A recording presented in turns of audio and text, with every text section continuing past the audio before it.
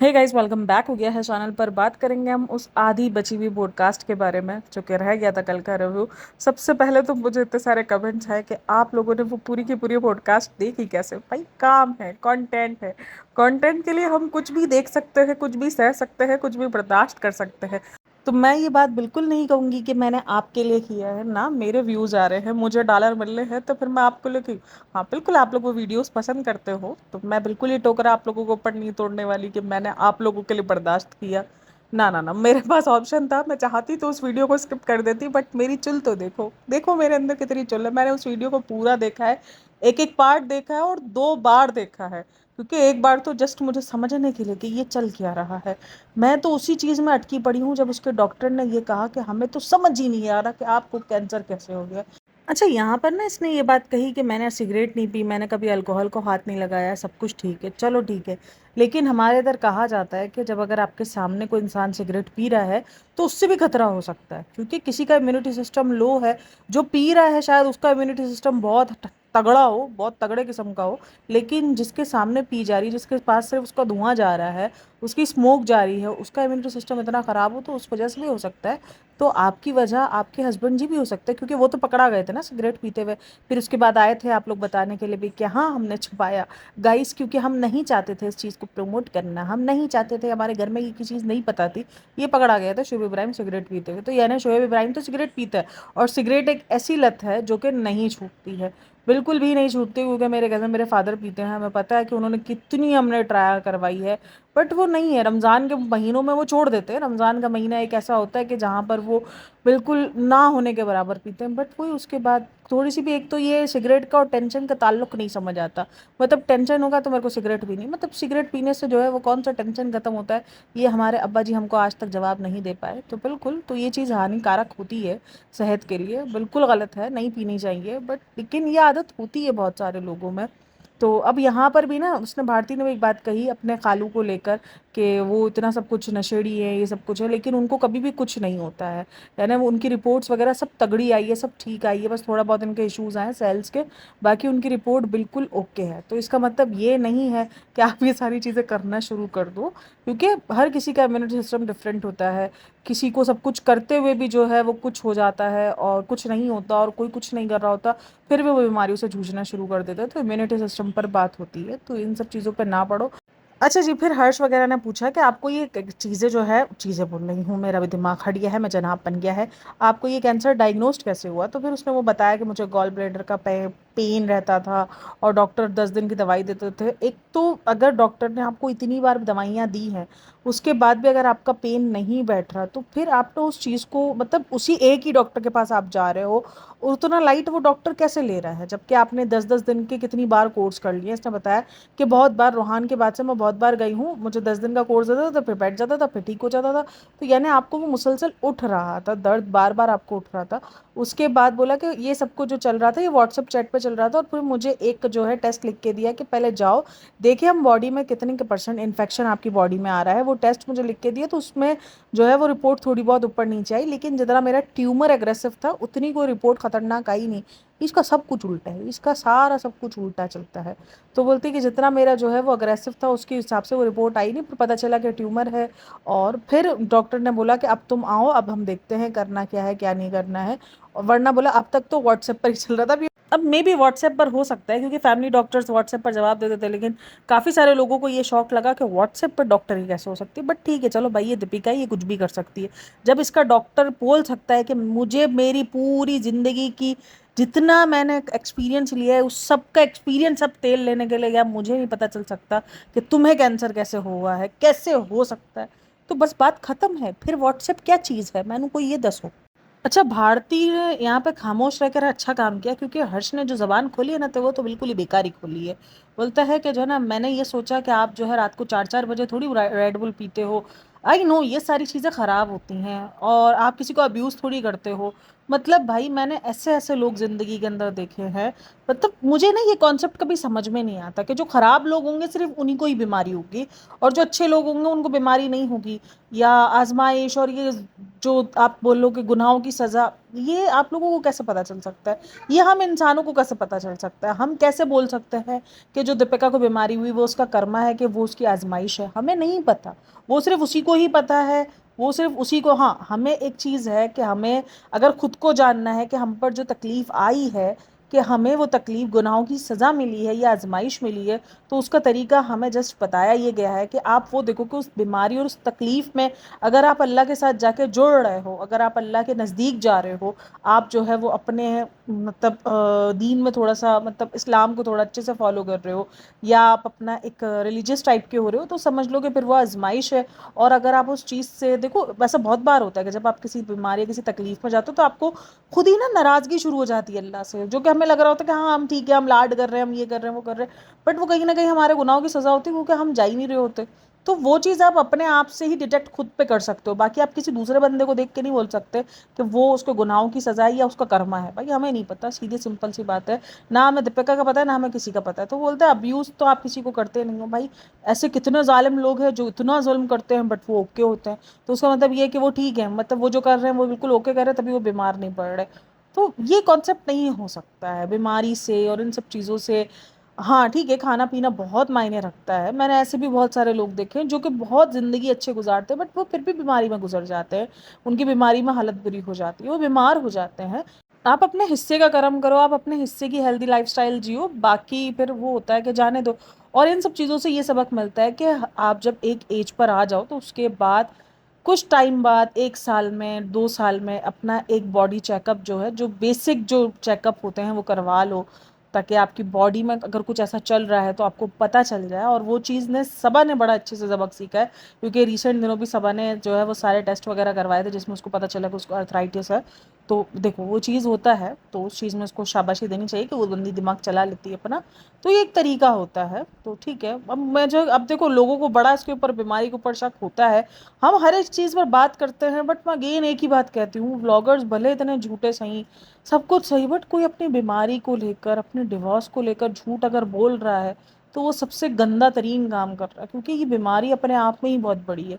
ये कैंसर अपने आप में ही बहुत बड़ा है। ये वर्ड सुनने के बाद ही लोग कांप जाते हैं।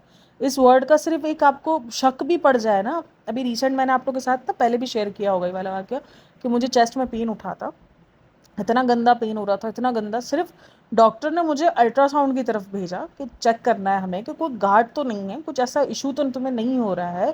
क्योंकि अक्सर ऐसा होता है कि जब आप फीड करवाने के बाद कुछ टाइम बाद ना आपको गांठें बन जाती हैं, कभी कुछ हो जाता है। उस तो मुझे भी कहा भी नहीं कि हम उस चीज़ के लिए देख रहे हैं, बट हमारा डाउट तो गया ना सीधा सीधा। मैं लिटरली जब वो अल्ट्रासाउंड करवा रही थी ना, तब मैं शिवर करना स्टार्ट कर गई थी, क्योंकि आप नहीं सोच सकते, आप उस सेंसेस में भी नहीं होते हो। बट अल्हम्दुलिल्लाह रिपोर्ट साफ आई। वो मेरा मसल्स पेन एंड में जाके पता चला कि वो मसल्स पेन हो रहा है मुझे बहुत ज़्यादा। तो वो आपको जो है ना बिल्कुल, मतलब मैं, मुझे पता चला कि सिर्फ एक सोच भी आपको बिल्कुल ख़त्म कर देती है। आप शॉक्ड हो जाते हो, आप शिवर करना शुरू कर देते हो, आप डर जाते हो। उसके बाद कितने टाइम तक मैं जो है इतनी इंसानों वाली ज़िंदगी गुजारती रही, और उसके बाद ही मेरी लाइफस्टाइल में बहुत चेंज आया, वरना 1 साल तक मेरे को कोई ना वापसी उस लाइफस्टाइल पे ला नहीं पा रहा था। मैं खुद भी नहीं आ पा रही थी। मतलब मेरी बच्ची के बाद, मेरी डिलीवरी के बाद तो मैं तकरीबन 1 डेढ़ साल से मैंने बड़ी अपनी ज़िंदगी जो ना वो छोड़ी हुई थी, कि नहीं मुझे नहीं करना अभी, अभी मेरा मूड नहीं है, मुझे नहीं अभी हेल्दी लाइफस्टाइल की तरफ जाना, मुझे नहीं जाना, जब मुझे नहीं करनी वॉक। तो मैं थोड़ा सा इस टाइप का हो गई थी। या मैं 2 दिन स्टार्ट करती थी, तीसरे दिन मैं आलस में चली जाती थी छोड़ना। वो प्रोसीजर के बाद जब वो अल्ट्रासाउंड हुआ और जब वो मुझे पेन मेरा रिलीव हुआ ऑब्वियसली दवाइयाँ पीने के बाद, तो फिर मुझे एहसास हुआ कि नहीं यार, मैं गलत कर रही हूँ खुद के साथ, मुझे खुद को ठीक रखना है। ये शायद एक अल्लाह ताला की तरफ से जो है मुझे अलार्म है कि सुधर जा बंदी, नहीं तो तू देख ले फिर तेरा तो कुछ भी हो सकता है। तो फिर वो सुधार आया है, और बहुत अच्छा सुधार आया। तो इंसान डर जाता है यार ये सारी चीज़ों से, भले कि बहुत छोटी छोटी चीज़ें हैं, बट डराने के लिए काफ़ी थी। तो इंसान क्या है, अपने दोबारा से जोन में आ जाता है। तो मतलब इसको तो ये चीज़ डायग्नोज्ड हो चुकी है। तो जब ये इस तरीके से अनहेल्दी लाइफस्टाइल अभी भी जी रही होती है ना, तो मुझे इसको देखकर यही हैरत होती है कि यार इसको डर क्यों नहीं लगता है। अब स्ट्रांग होने का मतलब ये नहीं है कि आप वो सारी अपोजिट चीज़ें करना शुरू कर दो जिस चीज़ से आपकी बीमारी का खतरा पड़े। कि नहीं मैं तो स्ट्रांग हूँ, मुझे कुछ नहीं होगा। विल पावर अलग चीज़ है, बट जो चीज़ आपकी बीमारी के खतरे को बढ़ाएगी, चांसेस देगी आपको बीमार करने के, आप उससे दूर रहोगे। ये स्ट्रांग होने के चक्कर में आप वो सब कुछ नहीं करते फिरोगे। एज अ स्ट्रांग वुमेन तकरीबन बहुत सारी औरतें मैंने स्ट्रांग ही देखी। मैं खुद अपने आप को, मुझे पता है कि मैं बीमारियों से किस तरीके से लड़ती हूँ, मैंने अपने ऑपरेशन के बाद किस तरीके से रिकवरी की है, किस तरीके से मैंने अपनी अपनी ज़िंदगी के अंदर ना, हर हर किसी की अपनी अलग स्टोरी है, यहाँ पर हर कोई अपनी अलग स्टोरी जी रहा है। लेकिन हाँ, मुझे पता है कि उस स्ट्रांग बनने के चक्कर में मैं कुछ भी उल्टा सीधा नहीं खा लेती कि नहीं नहीं मैं बहुत स्ट्रांग हूँ, मुझे कुछ नहीं होगा। स्ट्रांग होके बीमारी से लड़ना वो एक अलग बात है, लेकिन वो बीमारी जो आपको इतनी तकलीफ दे रही है, जिसके अंदर इतना डर है, तो आप उस बीमारी को ऐसे चैलेंज ही नहीं करोगे कि मैं स्ट्रांग हूँ, मैं कुछ भी खाऊंगा मुझे कुछ नहीं होगा।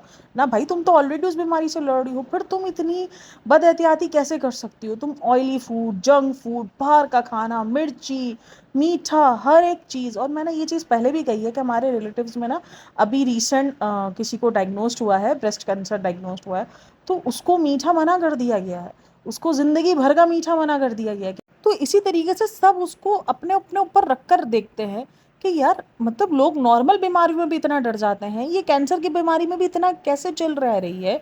मतलब स्ट्रांग होने के चक्कर में आप उस बीमारी को कहीं ना कहीं चैलेंज कर रहे हो खड़े रहकर कि नहीं मैं बहुत स्ट्रांग हूँ, मुझे कुछ नहीं होगा। तो वो चैलेंज दिख रहा है कि आप कुछ भी ऊल जलूल आइटम खा रहे हो, वो कर रहे हो, पैक करके लेके जाऊंगी मैं।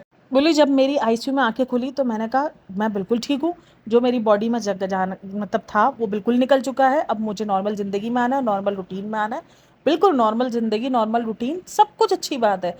आप जिस तरीके से स्ट्रांगली लड़ी हो वो लड़कियां बहुत कम करती हैं, बहुत कम कर पाती हैं। बिल्कुल ठीक है, हम इस चीज़ को मानते हैं, हम इस चीज़ पर बिल्कुल दो राय नहीं रखेंगे कि नहीं नहीं आप स्ट्रांगली नहीं लड़ी या आपने अपने आप को स्ट्रांग नहीं रखा। बहुत ताकत से आप लड़ी, हर एक चीज़ से आपने इतनी ताकत से खुद को जो है खड़ा किया।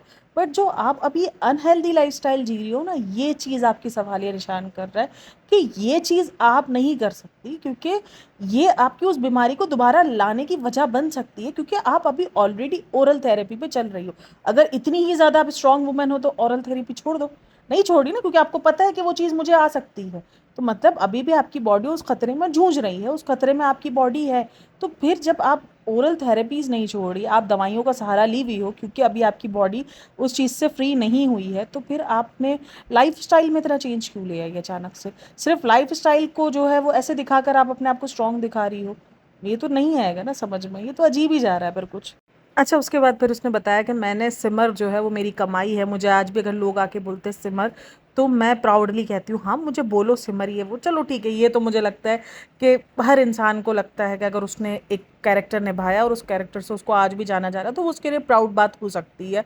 चलो जी ठीक है। लेकिन मुझे यहाँ पर हंसी आई हर्ष को लेकर। हर्ष जो है वो रेडिट भी पढ़कर आया और पॉडकास्टर्स भी देख कर आया है जो दूसरे वीडियोस बनाते हैं, क्योंकि इसने ना चाइनीज़ वर्ड याद है आपको, वो चाइनीज़, क्योंकि रेडिट पढ़ना ये चाइनीज़ कैंसर के नाम से ही मशहूर है, क्योंकि इतना ज़्यादा कोई पॉडकास्टर्स ये वर्ड यूज़ नहीं करता है चाइनीज़ सी वाला वर्ड, क्योंकि हम अभी भी थोड़ा बहुत तो ग्रेटिट्यूड दिखाते ही हैं इस बात को लेकर कि यार कोई झूठ कैसे बोल सकता है, क्योंकि हमें तो अब भी यही है कि झूठ नहीं बोल सकती वो इस चीज़ को लेकर।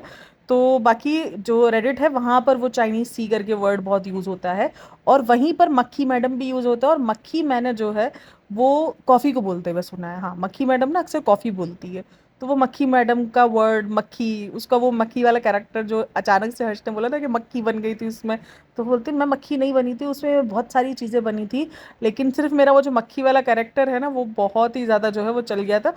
और हाँ, इसने सिर्फ मक्खी वाला कैरेक्टर नहीं निभाया, इसने बहुत सारे कैरेक्टर निभाए। ये पाताल लोक चली गई थी, और उस टाइम पर ना, अब आप लोग बोलोगे कैसे, क्योंकि उस टाइम पर हम ये सारी चीज़ें, मैंने बताया ना कि मैंने बहुत देखी हैं ये सारी चीज़ें। ससुराल सिमर का, ये रिश्ता क्या कहलाता है।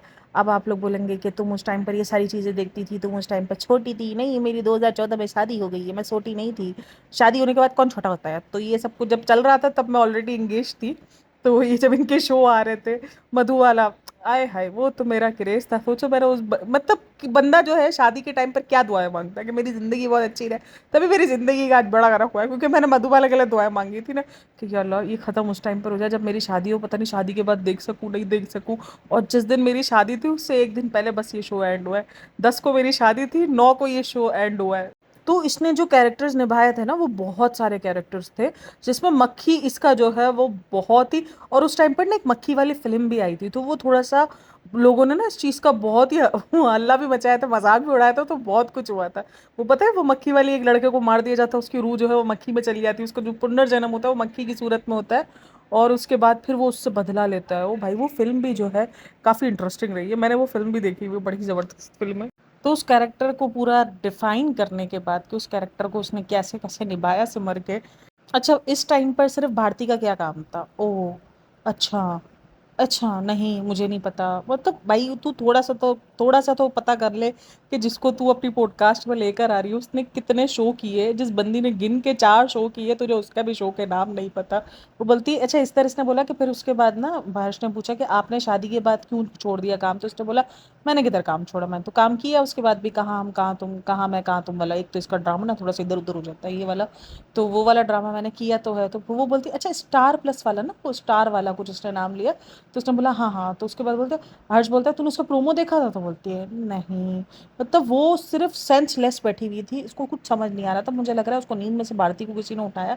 बस मैंने कल भी बोला ना कि ये ज़बरदस्ती की पॉडकास्ट है, इसको पता है कि बस ये चल रहा है, उठाओ आकर जो है बस इसी तरीके से बैठ जाओ। पॉडकास्टिंग तो ये नहीं है, ये कुछ समझ ही नहीं आ रहा होता। मतलब गेस्ट को ही सब कुछ बताना पड़ रहा है कि मैंने ये अचीव किया है, मैंने ये अचीव किया है, मुझे ऐसे जाना जाता है, मुझे ऐसे जाना जाता है। जो होस्ट है उसको कुछ पता ही नहीं है। होस्ट में थोड़ी बहुत मेहनत जो है वो हर्ष ने की है, वो प्रोमो वगैरह एक दो देख कर आया, ठीक है मैं मानती हूँ आप सब यूट्यूब चैनल नहीं देख सकते, आप यूट्यूब वीडियोस नहीं देख सकते, बट लेकिन जो मेन मेन बेसिक इन्फॉर्मेशन है वो तो आप कलेक्ट करके बैठ सकते हो ना, आपकी टीम है पूरी, आप उनको कह सकते हो भाई ऐसे स्क्रिप्ट वगैरह बना के दे दो, ताकि पता तो हो सामने वाले को, हम जानते तो हो कुछ भी किसी तरीके से। सामने वाला बता रहा है मैंने ये शो किया, ओ हाँ, अगर सामने वाले को मतलब सामने वाले को खुद बताना पड़ रहा है कि मैंने क्या किया ज़िंदगी, मैंने क्या नहीं उखाड़ा मैंने ज़िंदगी में, तो ये थोड़ा सा अजीब ही लगा इस टाइम का जो पॉइंट है, क्योंकि ये एक बेइज्जती वाली ही फीलिंग है सामने वाले गेस्ट के लिए। तो यही सब कुछ है, उसको पता ही नहीं है कुछ भारती को।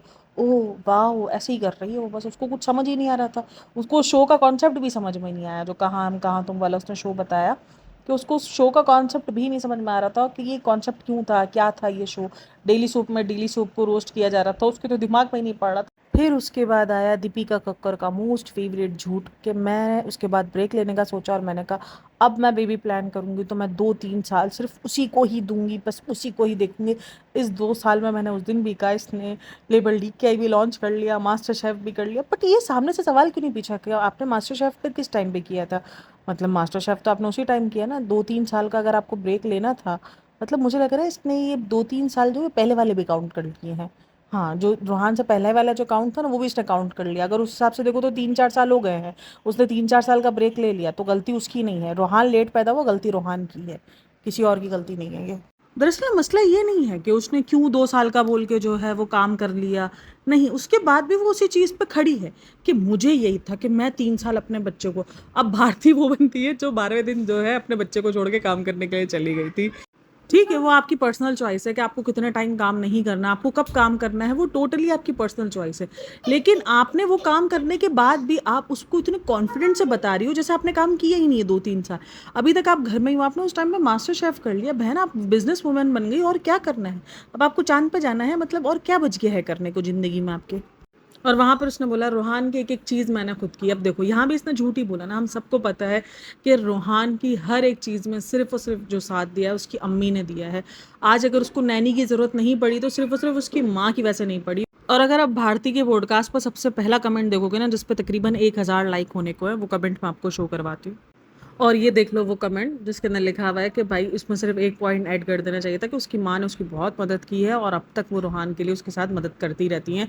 और 857 कमेंट है, 44 रिप्लाइज़ हैं, और उन सारे रिप्लाइज़ में सब ने उसको बैश ही किया है कि ये बंदी कभी भी अपनी माँ को अप्रिशिएट नहीं करती, जबकि उसकी माँ ने अच्छे से संभाला है।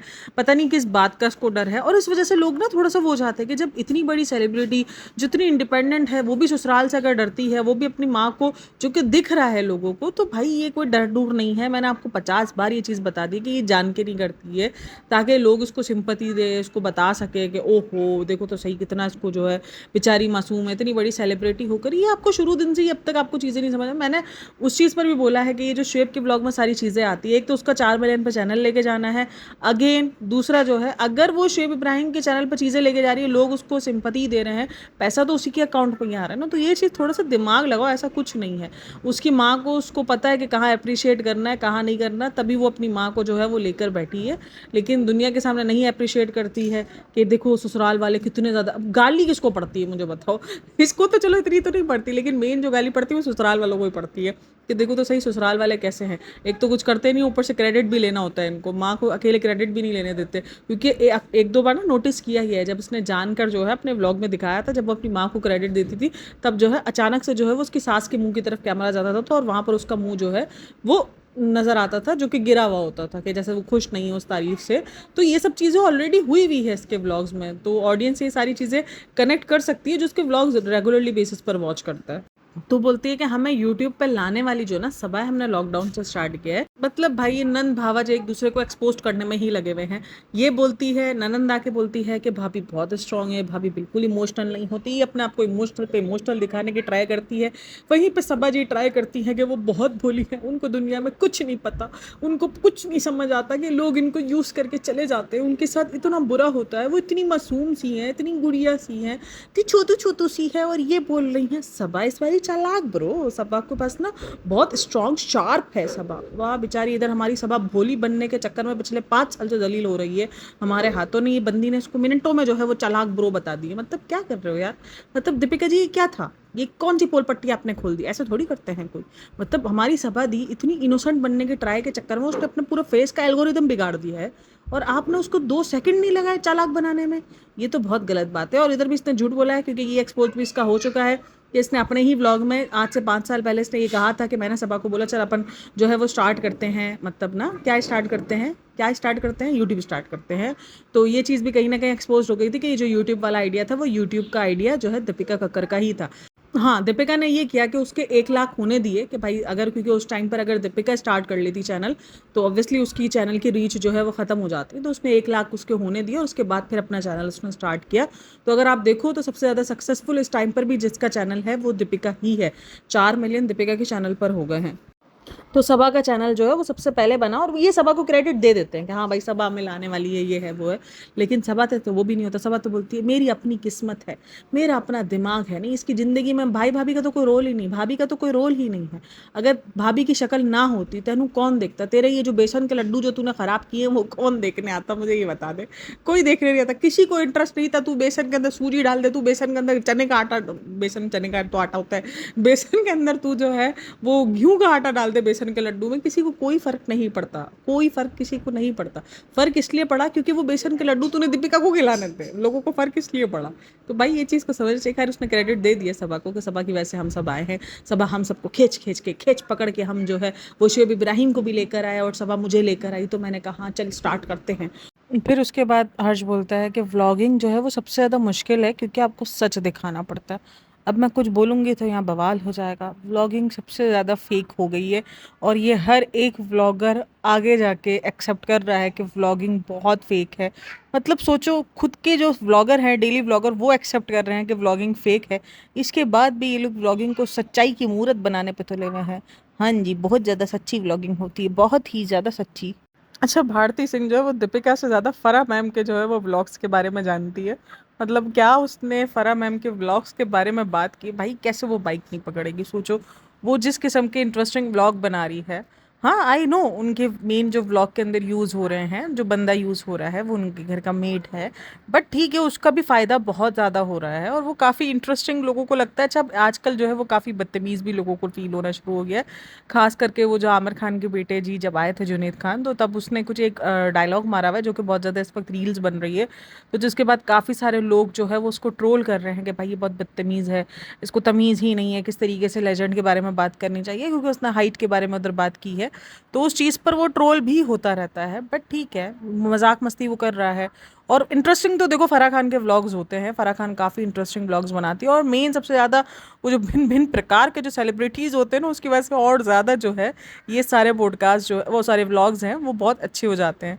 तो फराह खान ने स्पीड तो पकड़ी है भाई, बहुत सही वाली स्पीड पकड़ी है। अच्छा, दीपिका ने यहाँ कहा कि यूट्यूब पर आप फेक करो कुछ करो तो लोग आपको ऐसे पकड़ लेते हैं, तो जो फिर आपको लोग पकड़ लेते हैं फिर आप उनको हेटर का शुमार दे देते हो, फिर आप मानते नहीं हो कि हम गलत है, हम जो है वो रॉन्ग दिख रहे हैं, लेकिन नहीं। और यहाँ पर हर्ष ने एक और बात कही, यूट्यूब एक आपको डिसेंट अमाउंट पे करता है, भले आपको टीवी और वो वाली अमाउंट नहीं पे करता, टीवी वाली और फिल्मों वाली, लेकिन आपको एक डिसेंट अमाउंट पे करता है। और इससे ये होता है कि आपको फ्रीडम देता है यूट्यूब, तो अच्छा जी। लेकिन यूट्यूब भाई देखो, जो ये सक्सेसफुल है जैसे भारती, दीपिका, अब दीपिका का भी अगर आप पूरा का पूरा करियर ग्राफ देख लो, उसने 6-7 साल तकरीबन समझो इसने इंडस्ट्री में लगाया। 6 साल तो उसने सिर्फ ससुराल से मर का शो किया, उससे पहले उसने 1 साल शो किया, उसके बाद जो उसने बिग बॉस लगाया, ये सब कुछ 7-8 साल जो उसने शो किया, उसमें उसने क्या बनाया, और जो उसने 5 साल मिनिमम हुए हैं अभी इसको यूट्यूब पर, और उसने क्या से क्या बना लिया, तो एक हैंडसम अमाउंट यूट्यूब अच्छी पे कर रहा है। और ऐसा नहीं कि पे नहीं कर रहा। और इवन फराह खान ने भी बात कही है कि जितना मैंने फिल्मों में तो नहीं कमाया, तो मैं इतना जो है यूट्यूब चैनल से कमा रही हूँ। तो यूट्यूब आपको बहुत पे करता है। ये जो नौटंकी करने की ट्राई कर रहे हो ना भाई, आप जो हर्ष सीजी के यूट्यूब जो है वो इतना पे नहीं करता, यूट्यूब बहुत पे करता है, तभी आप इतनी हैंडसम जो है वो घड़ियां ले पा रहे हो भाई, ओरिजिनल लिमिटेड एडिशंस वाली आप घड़ियां परचेज कर पा रहे हो, ऐसे तो नहीं कर पा रहे ना। तो बिल्कुल यूट्यूब बहुत पे करता है। हाँ ठीक है, हो सकता है कभी कहीं जगहों पर टीवी इंडस्ट्री और फिल्मों इंडस्ट्री से कम कर रहा हो, लेकिन बहुत ज़्यादा करता है यूट्यूब अमाउंट। मैंने देखा है जिनके टीवी से घर नहीं बनते उनके यूट्यूब से घर बन रहे हैं, तो फिर यकीनन यूट्यूब इतना तो पे कर रहा है ना। अब संभावना ने इतने साल काम किया, संभावना ने इतने सालों में जो अचीव किया है वो यूट्यूब में उसने 5-6 सालों में अचीव कर लिया। तो यूट्यूब आपको बहुत कुछ देता है। मैं ये नहीं बोलूँगी कि टीवी इंडस्ट्री में या इसमें कमाई नहीं है, कमाई है, हर जगह अपनी अपनी कमाई है, हर जगह के अपने फ़ायदे और नुकसान है, इसी तरीके से यूट्यूब के भी अपने फ़ायदे और अपने नुकसान है। मुझे हर्ष से ना मेल दीपिका की वाइब्स आ रही है, आप लोगों को आ रही है नहीं आ रही, मुझे लाजमी बताना। इस पूरी पॉडकास्ट में मुझे बहुत बार वाइब्स आई, ऐसा लग रहा है जैसे ये और दीपिका कुछ बहन भाई हैं, और इन्होंने आपस में एक दूसरे को एक्सेप्ट भी किया है कि हम बहन भाई हैं। फिर उसने बोला कि आप व्लॉग तो रेगुलर नहीं डालते हो, तो क्यों नहीं डालते, तो वो बोलते हैं जब से रूहान पैदा हुआ है तब से जो है वो मैं थक बहुत जाती हूँ, आलस बहुत ज़्यादा है मुझ में, मैं थक बहुत जाती हूँ। आलस उसने नहीं बोला, आलस मैं बोल रही हूँ। तो बोले वो रूहान जो है वो प्रीमेच्योर था, तो मुझे लगा 6-7 महीने प्रॉपर मैंने उसको टाइम दिया है, तो उस दरमियान मेरा दिमाग कहीं और जाता ही नहीं था, क्योंकि मैं थोड़ा सा प्रोटेक्टिव रही हूँ रूहान के मामले में। ऐसा नहीं कि मेरे घर में हेल्प नहीं, मेरे घर में बहुत हेल्प है। हाँ जी, मतलब मुझे ना इस औरत का समझ नहीं आता यार, तुम अपनी माँ को क्रेडिट दे दो तो क्या चला जाएगा तुम्हारा। हम सबको पता है 24 घंटे तुम्हारी माँ ने साई की तरह तुम्हारी जो है वो बेटे के साथ रहती हैं, उनकी तबीयत ठीक हो ना हो हमें सबको दिखता है यार, व्लॉग्स में दिखता। अब देखो, अब सबा कल को अगर आकर ये बोलती है कि मेरी माँ ने जो है वो हैदर को बहुत संभाला है, तो हम उसकी बैंड बजाएंगे ये कह के कि भाई हमको पता है कि जो हैदर को संभाला है वो बेटी खाला और रिजा ने संभाला है, तुम कैसे दे रही हो क्रेडिट, तो हम उसकी भी बैंड बजा देंगे अगर वो गलत क्रेडिट भी अपनी माँ को देगी। लोग उसको इस बात पे नहीं लेंगे, कह रहे नहीं नहीं माँ है उसकी, उसकी माँ को क्रेडिट ही दे रही है, नहीं, बिल्कुल नहीं देंगे उसकी माँ को क्रेडिट। बोलेंगे भाई जिसने संभाला है तो क्रेडिट उसी को ही मिलना चाहिए जो संभाल रहा है। घर में लोग बहुत सारे हैं, लेकिन जो बच्चे की रिस्पॉन्सिबिलिटी, यानी आप अगर 8-8 9-9 घंटे मास्टर शेफ में जाके शूट कर पा रही हो, आपने खुद बताया था एक दिन के मैं सुबह 6 बजे गई हूँ और अभी शाम को 6 बज रहे हैं, 12 घंटे अगर कोई इंसान बगैर किसी नैनी के अपने बच्चे को भरोसा कर पा रहा है, आपने नैनी नहीं, आपने नैने 2 पाले हुए हैं, तो वो नैने भी हैं आपके पास जो बच्चा संभालते रहते हैं। तो ऐसा आपने सच टैग देखकर कोई औरत को नहीं रखा हुआ नैनी बनाकर, बट इर्द गिर्द आपने बहुत सारे लोगों को इसी तरीके से, धर्म दादा, निक्कू, इसकी अम्मी, ये सब एज अ नैनी ही यूज हो रहे हैं। वो अलग बात है कि उनको पे उस बात का नहीं किया जा रहा है, लेकिन यूज़ वो सब ऐसे ही हो रहे हैं। तो ये अपने आप को घरेलू दिखाने के चक्कर में तो कुछ भी कर लेना, तो ये तो हमारी समझ से बाहर है। फिर चाय को लेकर एक लंबी डिस्कशन चली, मतलब अगर कोई इंसान चाय नहीं पीता तो उसने ज़िंदगी का मकसद खो दिया है। हर्ष को बोलती है यार तुम कितना कुछ मिस कर रहे हो ज़िंदगी के अंदर, तुम चाय नहीं पीते हो। तो वो बोलती है मैं जो है वो जब सही हुई डॉक्टर के पास सर्जरी वगैरह करा के, और जब मैं घर जाने के लिए गई तो मैंने अपने ऑन्कोलॉजिस्ट को पूछा कि मैं जो है वो चाय पी सकती हूँ, मेकअप वेकअप सब छोड़ दो, मतलब हाँ ठीक है हाइजीन ना हाइजीन से क्या मसला है, नहीं मैं 4 दिन नहाऊँ ना, मैं बाल ना बनाऊँ, वो सब कुछ चलेगा, बट मैं चाय पी सकती हूँ 2 कप मीठी।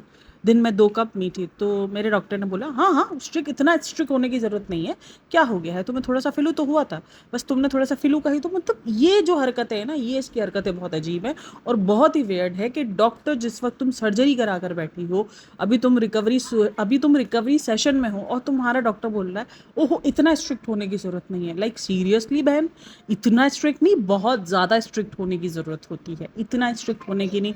ठीक है चाय होता है, मैं चाय के ऊपर नहीं बोलूँगी कि चाय नहीं होते शौकीन, भाई मैंने बहुत सारे लोग देखे चाय के शौकीन होते हैं और सबकी अपनी अपनी चॉइस है। उसके बाद अगेन भारती की लेक ऑफ इन्फॉर्मेशंस, मतलब भारती को कुछ नहीं पता भाई। बेसिक एक गूगल भी कर लेती तो तुम्हें इतनी बेसिक इन्फॉर्मेशंस तो मिल जाती कि उसके फादर क्या हैं क्या नहीं है। तो बोलती वो कुछ लगते हैं पायलट टाइप के और इस टाइप के ना। तो वो कहती है हाँ वो रिटायर्ड आर्मी ऑफिसर हैं, और वो आर्मी ऑफिसर्स के बारे में बताती है कि भाई अच्छा ये भोपाल गई हुई है, सबसे बड़ी बात भोपाल गई हुई है ये। और जब भोपाल गई थी तो ऐसा रिएक्शन दे रही थी जैसे इसने कभी ज़िंदगी में भोपाल नहीं देखा है। बोला हाँ मैं ज़िंदगी में एक बार भोपाल आई थी। ये देखो ये होता है, इतना इतने सच्चे हैं ये व्लॉगर्स कि अभी 4 दिन पहले जो उन्होंने व्लॉग बनाया है उसका झूठ ये खुद एक्सपोज करके चलेगा, इतने ज़्यादा सच्चे व्लॉगर्स हैं ये। तो बोलती है कि हाँ भोपाल में और हर जगह जगह काफ़ी जगह पर ट्रांसफ़र हुआ है पापा का, और हम काफ़ी काफ़ी जगहों पर जाके हमने स्टे किया है, एक एक दो दो साल स्टे किया है। और इसने बोला कि 7 स्टे किया है, तो इसका मतलब कि वो 7 स्टे कर कर आई है, क्योंकि बीच में जो है वो उसके अम्मी और पापा अलग अलग रहना शुरू हो गए थे। लेकिन उसने तो बोला कि हम गए हैं, साथ में रही हूँ मैंने अपनी स्कूलिंग वगैरह जो है वो की है पापा के साथ इधर उधर होकर। चलो जी इसको जाने देते हैं। अब ये है ही झूठे, हाथ पैर सर पकड़ सब सब जगह से ही झूठे, छोड़ दो भी, क्या बोल सकते हैं। अच्छा एक और चीज़ जो लोगों को बहुत ज़्यादा अजीब लगी वो ये थी कि तुमने जो आर्मी ऑफिसर की यूनिफॉर्म को, आर्मी यूनिफॉर्म को जिस तरीके से तुमने कैबिन क्रू के यूनिफॉर्म से मिलाया, तो वो चीज़ लोगों को बड़ी अजीब लगी कि ये चीज़ नहीं होनी चाहिए, क्योंकि आर्मी जो है वो एक बहुत ही इज़्ज़तदार पेशा है। और कैबिन क्रू ऐसा नहीं कि कोई इज़्ज़तदार पेशा नहीं है, बट आर्मी ऑफिसर के यूनिफॉर्म को उस चीज़ से मिलाना करना वो काफ़ी सारे लोगों को अजीब लग रहा है। बट ठीक है देखो काम काम ही होता है, बट आर्मी ऑफिसर्स का ये होता है कि भाई वो देश की रक्षा कर रहे हैं, तो उनके यूनिफॉर्म्स को लेकर उनको लेकर एक अलग ही किस्म की रिस्पेक्ट लोगों के दिलों में होती है। क्योंकि लोग ना आर्मी ऑफिसर्स को काम की तरीके से नहीं ले रहे होते, उनको कोई जॉब पर्सन की तरीके से नहीं ले रहे होते, उनकी अलग ही किस्म की रिस्पेक्ट होती है। अब हम भी अगर कभी किसी आर्मी ऑफिसर्स को देख लेते हैं, कभी कोई आर्मी की गाड़ी देख लेते हैं, तो हम उसको, अगर हम पुलिस की गाड़ी देखें और एक तरफ हम आर्मी की गाड़ी देखें, तो जो रिस्पेक्ट हमारी आर्मी की गाड़ी के लिए वो होगी ना, जो आर्मी के लोगों को देखकर होगी, वो हमारे पुलिस वालों के लिए नहीं होती है। तो वो जो आर्मी के साथ जो कनेक्शन है ना लोगों का, वो बहुत प्योर हार्टेड होता है, बहुत ज़्यादा जो ना वो लगाव वाला होता है। तो इसलिए लोग थोड़ा सा इधर हुए हैं। तो वो जो जॉब है वो अलग है, जाहिर सी बात है कैबिन क्रू अपनी जॉब रिस्पेक्ट रखती है, वो जॉब रिस्पेक्ट है वो एक अलग है। लेकिन जो वर्दी का जो तुमने मिलाप किया ना वो लोगों को पसंद नहीं आया। लेकिन मसला यही है कि उसको समझ ही नहीं आता वो बोलती क्या है, वो करती क्या है, ये बिल्कुल अपने सेंसेस में नहीं होती जब ये बोल रही होती है बहन। और अच्छा इसने बताया कि मुझे जो है वो फ़िल्मों में काम करने का शुरू दिन से शौक़ नहीं था। मैं जब कैबिन क्रू की जॉब करी थी तो मेरे कमर में इशू आ गया था, जिसकी वजह से इसने बोला कि मैंने जो है वो छोड़ दिया था, क्योंकि जो मेडिकल रीज़न्स बताया जाता है वो मेडिकल रीज़न, अब वो लोग उसको यही कहते हैं कि भाई वो प्रेग्नेंट हो गई थी, लेकिन उसके मुताबिक उसकी कमर के अंदर इशू आ गया था, उसकी डिस्क में जो है वो थोड़ा सा मामूली सा इशू आ गया था। तो उसके लिए वजह उसने वो जॉब छोड़ दी और उसने कहा कि मैंने उस जॉब को नहीं किया कंटिन्यू। तो उसके बाद जो मेरी दोस्त है उसने मुझे कहा कि तुम जो है वो टीवी में ट्राई करो। तो मैंने सोचा हुआ था कि मुझे फिल्मों में तो कभी ट्राई नहीं करना है, क्योंकि मैं जो है वो लिबास नहीं पहन सकती, मैं उस तरीके के कपड़े नहीं पहन सकती, फिर से वही इसके ड्रामे बजी। अच्छा जी, तो वो ये सब बोलती है अब टीवी में ये काम करना है इसको, इसको इंडस्ट्री में फिल्म में इसको काम नहीं करना। बट ये बंदी इतनी खुश थी जब इसको यशराज में इतना सा रोल कुछ मिला था, कुछ 2 घंटे का कुछ उसका काम था, तो उसने बोला कि हाँ मैं बहुत खुश हूँ कि मैं पहली बार जो कैप्चर हो रही हूँ वो यशराज बैनर तले कैप्चर हो रही हूँ। भाई क्या ही दोगली बंदे हैं। तो फिर उसने यही बताया अब मुझे फ़्लाइट से डर लगता है। सोचो जिसने 2-3 साल कैबिन क्रू की जॉब की है उसको फ़्लाइट से डर लगना शुरू हो गया है, क्योंकि उसका हस्बैंड फट्टू है। अच्छा यहाँ भी इसने एक और चीज़ झूठ बोली, इन्होंने जितनी बार भी ट्रैवल किया है फ़्लाइट से वो हम सबके व्लॉग के सामने ही किया है। तो इनकी फ़्लाइट कब ट्रबल्स की वजह से या किसी वजह से वापसी आ जाती है, कभी भी ऐसा नहीं हुआ है कि इनकी फ़्लाइट जो है वो वापसी आ गई है। यहाँ भी एक झूठ बोला है कि इतना यानी शोएब इतना डरता है और ऊपर से उसी की फ़्लाइट के साथ ऐसा होता है कि फ़्लाइट को वापसी आ जाना पड़ता है, फ़्लाइट वापसी हो जाती है। भाई कम से कम इतना तो झूठ बोलो, हम तुम्हारे व्लॉग्स देखते, सिर्फ एक पॉडकास्ट नहीं देखने वाले, हम तुम्हारे व्लॉग्स भी देखते थे, इतना झूठ का है। फिर वही लेबल डी के आई की फटकार और वही सब कुछ, मेन जो था वो लेबल डी के आई, और पॉडकास्टिंग भी हो सकता है कि वो ये स्टार्ट करना चाह रही हो, इसीलिए वो थोड़ा सा ना चाह रही है कि इधर उधर जाए ताकि फिर सबको बुला सके, फिर सबके साथ जो है वो कलेक्शन बनाएगी तो कोई आएगा ना, वरना कौन आएगा। फिर वो शोएब इब्राहिम और सबा का और कितना ही कोई शो करके अपना जो है वो पॉडकास्टिंग चैनल चला सकता है। तो मे बी एक ये भी हो सकता है। बाकी लेबल DKI का तो ये सफ़ेद सफ़ेद सफ़ेद सफ़ेद नहीं, सीधा सीधा कोलेब्रेशन था। तो बस यही है। आपको ये पूरी की पूरी पॉडकास्ट पसंद आई या नहीं आई, ये आपने लाजमी बताना है। कौन से पॉइंट्स आपको लगे कि फेंक रही थी, झूठ बोल रही थी। जैसे ये कुछ चीज़ें हैं जो झूठ थी। देखो अभी हमने फ्लाइट वाला तो देखा ना, कभी भी फ्लाइट रिटर्न नहीं हुई, फिर भी इसने झूठ बोला। तो ये कुछ चीज़ें हैं जो बहुत ज़्यादा अजीब लगती हैं, बहुत ज़्यादा झूठ लगना शुरू होती है, फेक लगना शुरू हो जाती है। अपनी माँ की तारीफ़ नहीं करना। हम व्लॉग्स में देखते हैं कि पूरा दिन बच्चा जो है वो माँ संभालती है, उसके बाद भी तारीफ़ उसकी माँ की नहीं हुई, किसी भी किस्म का क्रेडिट नहीं दिया। कि भाई बोल सकती थी कि नहीं मेरी अम्मी मुझे बहुत सपोर्ट करती हैं, वो साथ होती हैं, तो इसलिए मुझे कभी भी नीड नहीं पड़ी। तो नहीं, वो बोलना ही नहीं है कभी। तो खैर आप लोग का इन सब में क्या कहना है मुझे लाजमी बताना। वीडियो अच्छी लगी हो तो like share and subscribe my channel. अपना बहुत सारा ख्याल रखना। मिलते हैं नेक्स्ट वीडियो में, तब तक के लिए टेक केयर, बाय बाय, अल्लाह हाफ़िज़।